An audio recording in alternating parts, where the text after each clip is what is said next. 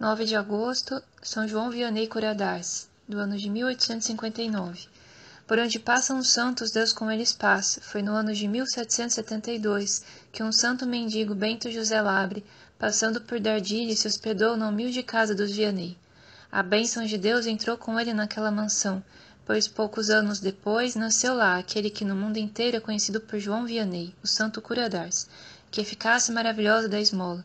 Deus dá aos pobres camponeses um filho que venha a ser um dos seus grandes servidores, recompensando assim uma obra de caridade que dispensaram a um pobre mendigo. João Batista Maria Vianney nasceu e foi batizado em 8 de maio de 1786. Desde a infância manifestava uma forte inclinação à oração e um grande amor ao recolhimento. Muitas vezes era encontrado num canto da casa, jardim ou no estábulo, rezando de joelhos as orações que lhe tinham ensinado. O Pai Nosso, Ave Maria, etc. Os pais, principalmente a piedosa mãe, Maria Belusa, cultivavam no filho esse espírito de religião e de piedade.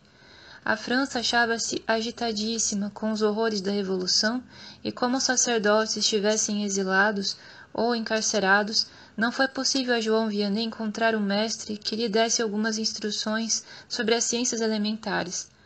Era natural, pois, que passasse a mocidade entregue aos trabalhos do campo. Entretanto, João continuava as práticas de piedade, com todo fervor, e o pecado era para ele coisa conhecida só de nome. Fez a primeira comunhão numa granja, sendo que a perseguição religiosa não permitiu o culto público nas igrejas. Amainado o temporal da Revolução, Vianney achou um grande amigo e protetor na pessoa do padre Ballet, vigário de École, que descobrira na alma de João qualidades superiores que deviam ser aproveitadas e cultivadas para a maior glória de Deus. Se era grande o fervor admirável a virtude do jovem Vianney, se melhor mestre não podia haver do que o padre Ballet. Tudo parecia desfazer-se diante de uma barreira que se levantava insuportável, a falta de inteligência. Não fora a persistência imperturbável do santo sacerdote, Vianney teria desanimado diante das dificuldades que se lhe afiguravam invencíveis. Com as orações e a caridade redobrada que dispensava aos pobres, Vianney alcançou a graça de poder continuar os estudos com algum proveito. Quando estava prestes a ser recebido no seminário, veio-lhe ordem de apresentar-se à autoridade militar de Bayonne. Foram baldados os esforços do padre Ballet para obter isenção do serviço militar. Para o protegido e pareciam aniquiladas de vez todas as esperanças. Vianney caiu doente e passou 14 meses nos hospitais de Lyon e de Rouen. Passado esse tempo, ninguém mais se lembrou dele para o serviço militar, e só assim pôde matricular-se no pequeno seminário de Vieiras, e mais tarde no grande seminário de Santo Irineu. Mestre e alunos eram unânimes em conceder a Vianney a palma quanto à virtude e santidade entre os condiscípulos. O preparo intelectual do jovem, porém, era tão deficiente que os mestres não se viram com coragem de apresentá-lo para ordenação. O vigário-geral do cardeal Fesch, Monsenhor Gorbeau, que em última instância devia decidir a questão, deu consentimento para que Vianney fosse admitido ao sacerdócio, e o jovem teólogo recebeu as santas ordens a 9 de agosto de 1815. Vianney contava já 29 anos. Os primeiros 3 anos do sacerdócio passou-os na companhia e sob a direção do primeiro mestre e amigo padre Ballet. Este faleceu, e a cúria episcopal nomeou Vianney Curadas. O novo campo de ação era o mais ingrato possível. Ars era um lugar sem religião. A igreja deserta, os sacramentos não eram frequentados. O trabalho no domingo, a frequência de bares e cabarés estavam na ordem do dia. Vianney, vendo o estado das coisas, teve ímpetos de abandonar tudo. — Que vou fazer aqui? Exclamou. — Nesse meio nada farei e tenho medo até de perder-me. Mas logo o seu zelo se reanimou. Fixou residência na matriz e sua primeira ocupação era rezar pela conversão dos paroquianos. Desde a manhã à noite, com pequenas interrupções, ficava de joelhos diante do altar do Santíssimo Sacramento. As frugalíssimas refeições ele mesmo as preparava. Depois começou a procurar as famílias. Nas visitas lhe falava de Deus, dos santos, das coisas da religião. Se bem que a maior parte não se ligasse importância, outro reparava na batina rota e velha, na modéstia e piedade, no aspecto austero e mortificado do vigário. Pouco a pouco o povo ficou conhecendo o pároco, cujas orações, e mais ainda o exemplo, acabaram por franquear-lhe o caminho aos corações de todos. Alguns começaram a frequentar a Santa Missa. O número daqueles que acompanhavam o piedoso cura na recitação do rosário, todas as tardes, crescia de dia para dia, e depois de algum tempo o Santíssimo não ficava nenhuma hora durante o dia sem adorador. A comunhão frequente foi pelo santo cura introduzida na paróquia com muita felicidade. Para as senhoras se fundou a Confraria do Rosário e para os homens a Irmandade do Santíssimo Sacramento. Tendo assim elevado a certa altura a vida religiosa na paróquia, Vianney passou a combater os abusos. O zelo de pastor dirigiu-se principalmente contra os cabarés, as danças e a profanação do domingo. Sem recorrer a meios rigorosos e ameaças, fazendo pelo contrário prevalecer a caridade, Vianney conseguiu que um cabaré após o outro se fechasse. Quanto à dança, os espíritos se dividiram em duas correntes, uma a favor da campanha do vigário e a outra contra. Veio a festa de São Sisto, padroeiro do lugar.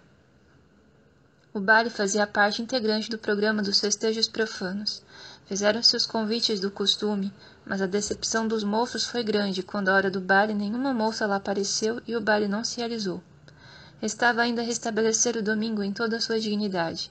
Tão frequentes, tão insistentes e persuasivas eram as exortações do vigário a respeito do trabalho no domingo, que determinaram mudança completa no pensamento do povo, que em seguida passou a observar com todo rigor o descanso dominical. Ars estava renovado, os vícios já não existiam, abusos foram extirpados, todos queriam ser bons cristãos. Respeito humano era coisa desconhecida em Ars. Incorreria na censura pública quem não quisesse praticar religião. Não se ouvia mais nenhuma blasfêmia, não existia inimizade alguma em Ars. Ao toque do Ângelus, os homens se descobriam e interrompiam o trabalho para rezar as Ave-Marias.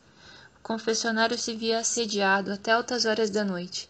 Aos domingos a igreja estava sempre repleta por ocasião das missas das vésperas, do catecismo e do terço. Foi preciso o vigário alargar a matriz e construir novas capelas como a de São João Batista, de Santa Filomena, de Et Homo e dos Santos Anjos.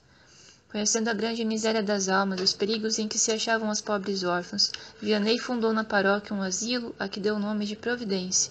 Para as asiladas, era um pai que sacrifícios não media, para que nada lhes faltasse. Essa fundação em si foi útil e boa. Foi para Vianney uma fonte de desgostos. Mais de uma vez lhe sobreveio desânimo e, profundamente desgostoso, exclamava: "Ah, se tivesse sabido o que quer se dizer ser sacerdote, eu teria procurado a minha salvação na cartucha ou na trapa." Por 2 vezes tentou fugir de Ars para se ver livre do pesado fardo do ministério pastoral. O segredo dos grandes resultados espirituais na paróquia de Ars estava unicamente na santidade do cura. Vianney era homem da oração e da penitência.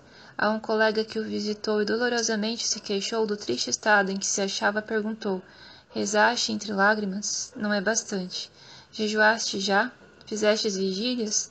Deitaste-vos sobre o chão duro e tomastes a disciplina? Se ainda não fizestes, não penseis ter feito tudo." O que a outros aconselhava, ele o praticava. Levava a vida de extrema pobreza. Dos pobres da paróquia era Vianney o mais pobre. Possuía uma só batina e esta cheia de remendos. O estado do chapéu era tal que provocava o riso dos colegas. Vianney não possuía nada e nada guardava. E quanto bem não fez aos órfãos e aos pobres. A vida austera em nada difere da vida do cura d'Ars. Com sua extrema dos grandes eremitas do deserto do Egito, quando muito tomava 3 refeições cheias por semana. E que refeições! O cardápio não constava senão de umas ervas cruas, pão seco e água. O sono era um repouso de 2 horas apenas. Quando se tratava da conversão de um pecador, mais apertava o jejum, e a cama era trocada pelo chão. A saúde de Vianney era fraquíssima. O santo sofria cruciantes dores nos intestinos, dores de cabeça violentas. 20 vezes esteve doente e 20 vezes se curou subitamente, fato que grande admiração causou aos médicos. Houve quem lhe dissesse que suas penitências excediam os limites do lícito, e Vianney respondeu-lhe: "O senhor não sabe que meus pecados exigem um tratamento como este." Além destas práticas comuns de penitência, Vianney usava ainda outras, como a flagelação, o cilício, etc. Se com aquela santa vida agrava Deus, tanto mais provocava as iras do inimigo, que o perseguia com toda sorte de malefícios, chegando a ponto de fisicamente o maltratar. As influências diabólicas devem ser atribuídas também às calúnias de que Vianney foi vítima. Tudo isso, porém, não conseguia roubar-lhe o contentamento íntimo e a alegria da alma. Nos últimos anos, o organismo lhe denunciava um estado de fraqueza extraordinário.